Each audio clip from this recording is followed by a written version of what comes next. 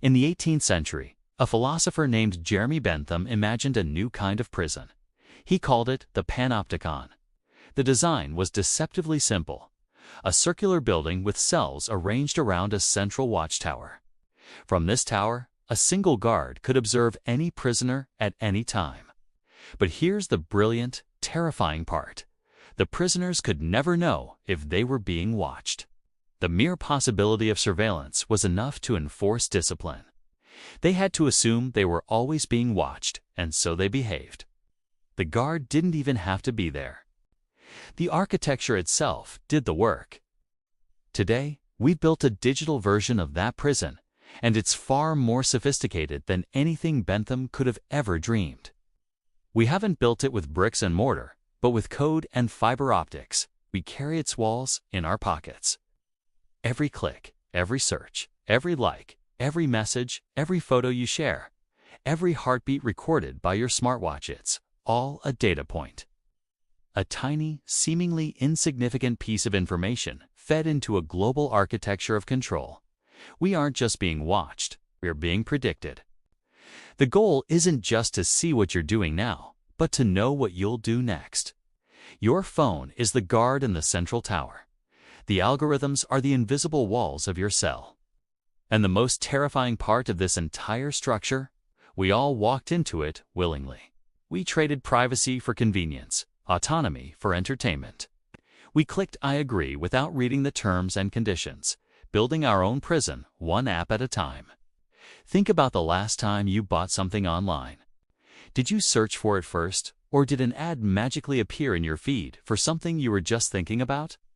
It feels like mind reading, but it's not magic. It's data. Your past searches, your location history, the profiles you follow. The time you spend looking at a certain image, all of it is collected, analyzed, and used to build a profile of you.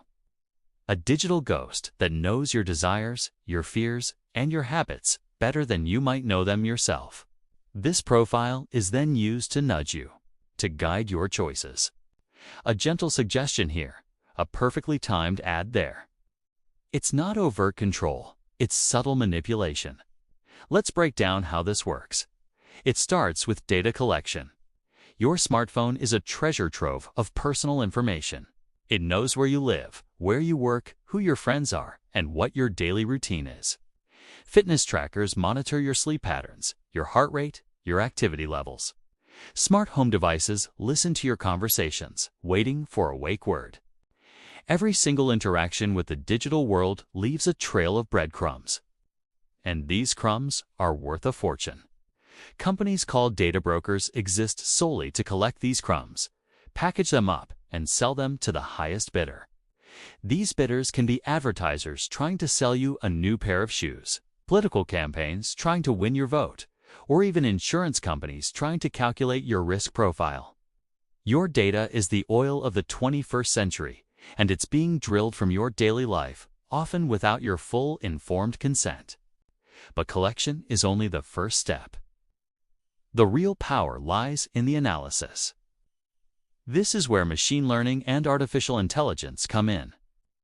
Algorithms sift through petabytes of data, looking for patterns. They can correlate your music taste with your political leanings, or your late-night food orders with your emotional state. They build predictive models that can forecast your behavior with startling accuracy. They can predict if you're likely to default on a loan, quit your job, or even get sick. This predictive power is what transforms simple surveillance into a system of control.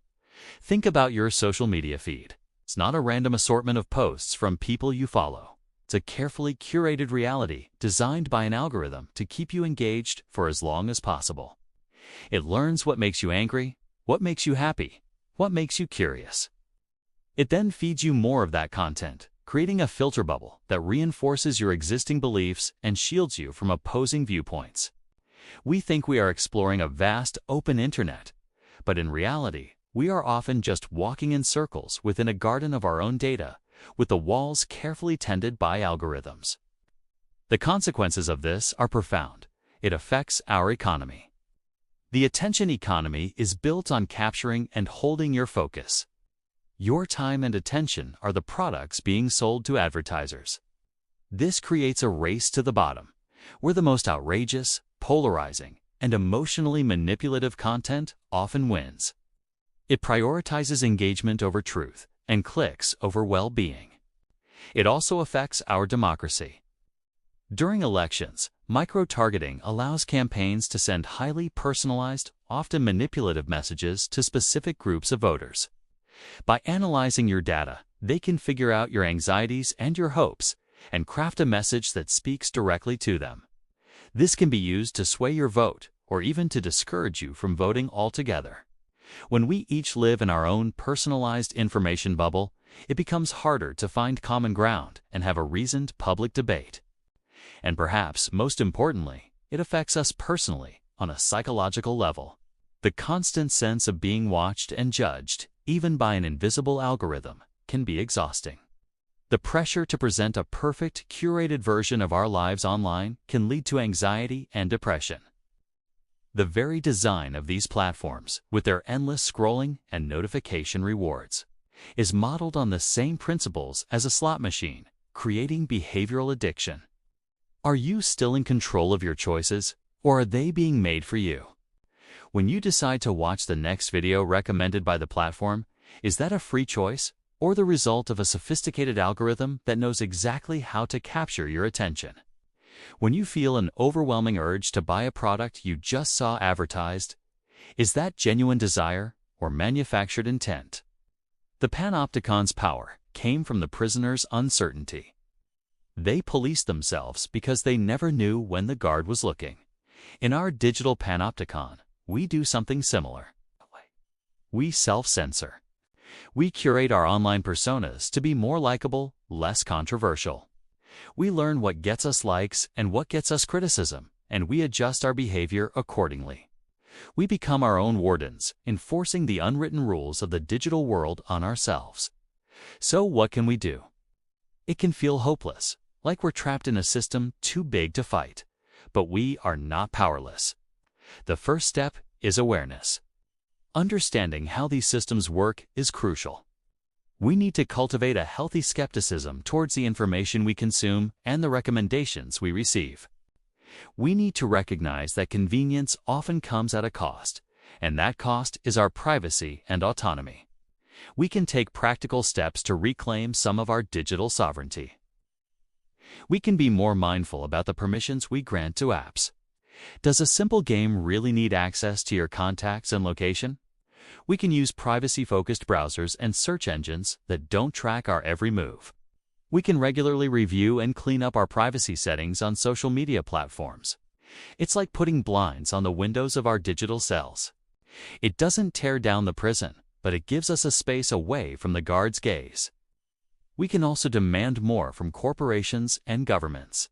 We need stronger data protection laws that give individuals true ownership and control over their personal information. We need regulations that require transparency in how algorithms make decisions that affect our lives, whether it's determining our credit score or the news we see. We need to advocate for a digital world that is designed for human well-being, not just for corporate profit. The original Panopticon was a blueprint for a prison. Our digital version is a reality, but it doesn't have to be a life sentence. Unlike the prisoners in Bentham's design, we hold the keys. We built this system, and we have the power to redesign it. It starts with a simple, powerful question we must ask ourselves every time we pick up our phones. Are we using this tool, or is this tool using us? The answer will determine whether we remain prisoners of our own creation, or if we can finally step out from the shadow of the watchtower. This is beyond the obvious. If you want to keep pulling back the curtain on the systems that shape our world, make sure you subscribe. Thanks for watching.